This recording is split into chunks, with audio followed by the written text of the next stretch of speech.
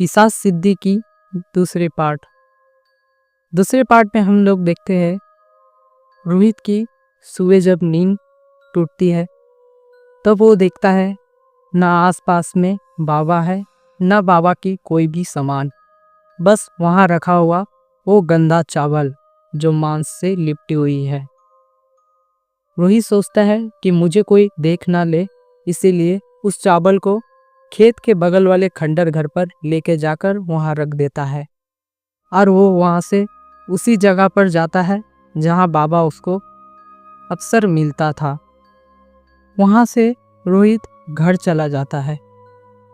घर में जाकर चुप से बैठा हुआ था, तब रोहित के पिताजी आकर रोहित से कहता है, क्या हुआ मेरे बेटे, तुम इतने चुपचाप क्यों बैठे हुए हो। तब मैं दूर से कहता हूँ, आप मेरे मामले में दखलंदाजी मत करिए, वो ज़मीन बिक्री हो गया है, आप भूल से भी वहाँ मत जाइएगा। ये बोलकर मैं वहाँ से वापस उसी खेत पर चला जाता हूँ और वहाँ से उसी खंडर वाले घर पर मैं जाता हूँ। वहाँ से एक चावल का टुकड़ा लेता हूँ और खेत के पास वाले कुएं पर आकर देखता हूँ। वहाँ पर कुछ औरतें बर्तन धो रहे थे। तभी मैं सोचा, वैसे तो मैं फंस जाऊंगा, ये खेत तो मेरे पिताजी का ही है और ये कुआं मेरे पिताजी गांव वाले को सौंप दिया है। तभी वहाँ से मैं उसी खंडर में जाकर छुप जाता हूँ, जैसे कोई मुझे देख ना ले। तब मैं सोचता हूँ इसी खंडर के बगल में एक कुआं है, वो चावल मैं उसी कुएं में डालता हूँ। मैं कुएं पर झांक कर देखता हूँ तो उस कुएं पर कम पानी और मछलियाँ भी तैर रहे हैं। चावल का एक टुकड़ा मैं कुएं पर डाल देता हूँ और मैं देखता हूँ मछली उसी चावल को खाने लगे। ये देखकर मैं खुश हो जाता हूँ। ये खुशी भी मेरे बेसी दिन के लिए तक नहीं है, क्योंकि मुझे इसी खंडर वाले घर पर 10 दिन रहना पड़ेगा और ये गंदा चावल मुझे खाना पड़ेगा जिस पर बाबा लाश के ऊपर बनाया था। 8-9 दिन कुछ ऐसे गुजर गया।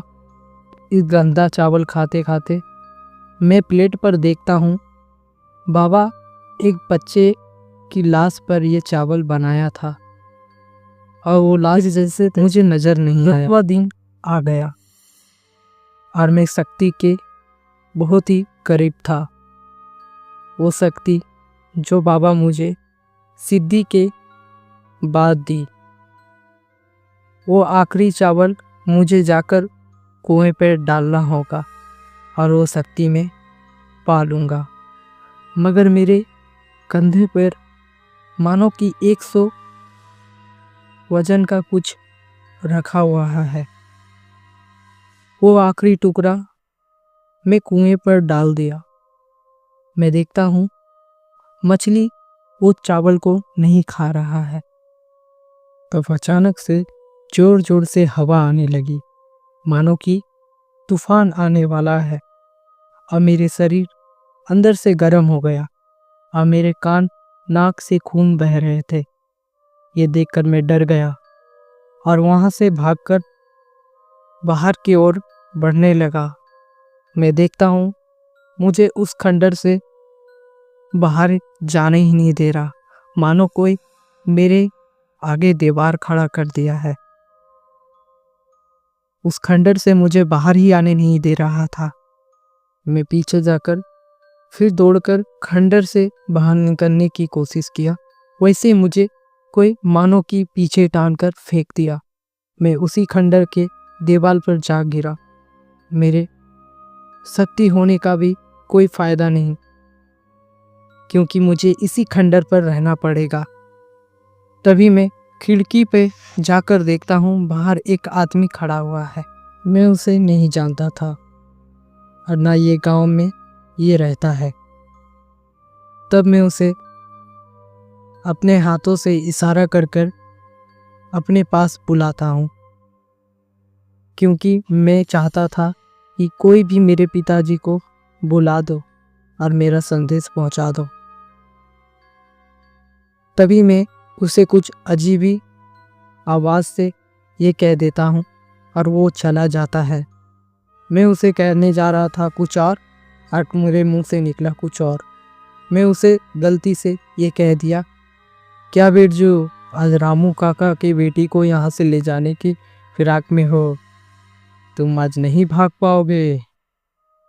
ये कहते हुए मेरे मुंह से वो वहाँ से चला जाता है और मैं सोचता हूँ ये मुझे क्या हो गया, मैं इसे क्या कह दिया, मैं ये तो जानता ही नहीं था। पर मैं आसपास जितनी खेत पर आने वाले इंसान को बुलाने की कोशिश की, मगर मुझे सब देखकर वहाँ से डर कर चले जा रहे थे। कैसे भी मैं वहाँ एक दिन गुजारा। इस खंडर में मुझे एक पल भी गुजारने का मन नहीं कर रहा था। मुझे एक काका जान रहे थे और इतने देर से देख रहे थे। उसने मेरे पिताजी को उसी खंडर के पास लेकर आता है।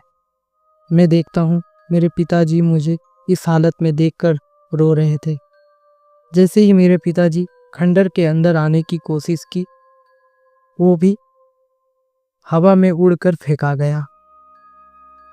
और मेरे पिताजी रोते रोते मुझसे कह रहे थे, तुम तो यहाँ से बाहर जाने वाले थे, अमेरिका जाने वाले थे, तुम यहाँ क्या कर रहे हो। मुझे ये देखकर रोना आ रहा था और अपने पिताजी को कहना चाह रहा था कुछ। तभी मेरे मुंह से कुछ ऐसा निकला, ये कभी मैं सोच नहीं सकता। मेरे मुंह से ये निकला, रामदीन, अगले कुछ घंटों में तेरी मौत हो जाने वाली है, मगर तेरी चिता में कोई आग देने वाला नहीं आ पाएगा, यहाँ तक तुम्हारा बेटा भी नहीं।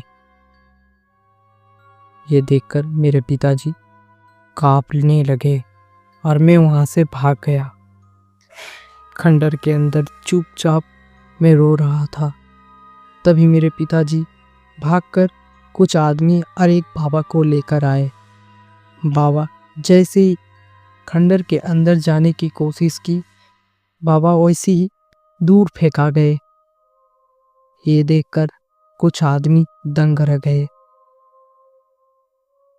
बाबा अपने आंख बंद करके जानने की कोशिश की कि क्या हुआ।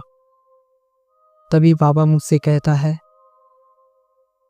कि बाबू, तुम बहुत बड़े चंगुल में फंस गए हो, अब तुम पिशाच की अधीन हो। क्या पिशाच की अधीन? मैं तो सिद्धि प्राप्त करने वाला था। हाँ, तुम्हें सिद्धि तो प्राप्त हो गया है, मगर पिशाच सिद्धि, अब तुम उस बच्चे के अधीन हो। अब वो बच्चा ही सब कुछ करा रहा है। ये सुनकर मैं डर गया। हाँ, बच्चे का पिशाच? कौन सा बच्चा? कहाँ कहाँ है बच्चा? ये कहकर मुझे याद आया कि बाबा जिस दिन मुझे सिद्धि सिखा रहे थे, उस दिन एक नवजात बच्चे की लाश भी पड़ी हुई थी। उस दिन बाबा उसी बच्चे के ऊपर चावल और ना जाने क्या क्या डाल रहे थे। इसका मतलब उतने दिन से मैं बच्चे की लाश पर जो रखा हुआ चावल था, वो मिलाकर मैं बच्चे को भी खा रहा था। हाँ, और जो बाबा के ऊपर बच्चे की पिशाच बैठा हुआ था, वो बाबा बहुत बूढ़ा हो गया था। उस बाबा की मौत करीब आ गई थी। उस पिशाच को एक नया शरीर चाहिए था, इसीलिए वो तुम्हारा इस्तेमाल किया। तुम्हारे लालच को वो बाबा ने भांप लिया था, इसीलिए तुम्हें फंसाया गया।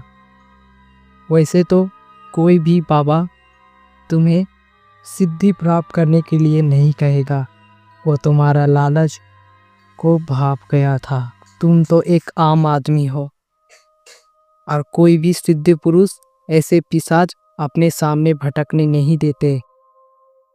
कोई भी बाबा ऐसे ही सिद्धि कोई को भी नहीं देते, कोई सिद्ध पुरुष को भी नहीं। तुम एक ऐसा आदमी हो जो तुम्हारे मन में लालच और कोई भी भगवान को नहीं पूजते हैं वो, और कोई भी इंसान भगवान को नहीं पूजता और वो पिशाच उसके अंदर हावी हो जाता है। बाबा तुम्हें कितने बार बारण किया, तुम्हारा लालच तुम्हें हाँ करके ही माना, इसीलिए वो पिशाच तुम्हारा अब कभी भी इस घर से पीछा नहीं छोड़ेगा। और तुम्हारा सबसे बड़ा गलती, बाबा तुम्हें खेत वाले कुएं में वो चावल डालने के लिए कहा था, तुमने खंडर के अंदर जो कुआं है उसमें डाला, इसीलिए अब तुम चार दीवारी के अंदर ही रहोगे, इस चार दीवारी के बाहर नहीं आ पाओगे। ये सुनकर मैं और भी डरने लगा और मैं बाहर निकलने की कोशिश करने लगा।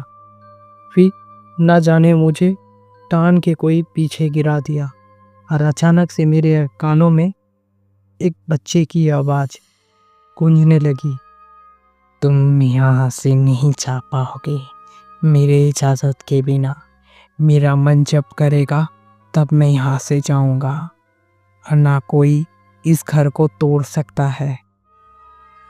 अब तुम्हें मेरे साथ यहीं रहना पड़ेगा। मेरे पिताजी मेरे हालत देखकर मेरे पास आने की कोशिश की, फिर मेरे पिताजी दूर फेंका कर गिरे और उन्हें मृत्यु हो गई। और फिर से मेरे कानों में ये गूंजने लगे कि मैंने कहा था ना, तुम्हारे पिताजी का मृत्यु यहीं पर कुछ घंटों पर होगी। अब तुम अपने पिताजी को आग भी नहीं दे पाओगे, इस चार दीवारियों के अंदर ही रह जाओगे। ये बात का 1 साल हो गया और मैं यहाँ से एक बार भी नहीं निकल पाया। ना जाने मेरी गलती इस खंडर वाले कुएं पर चावल देने से हुआ या बाबा से ये सिद्धि प्राप्त करने के लिए मेरा मन लालची हो गया, इसीलिए लालच कभी भी नहीं करना चाहिए। आज मैंने तो शहर पर टैक्सी चलाता या तो मैं अमेरिका जाता। ये वीडियो आपको कैसा लगा प्लीज़ कमेंट करके बताइए और मेरे चैनल को सब्सक्राइब करिए।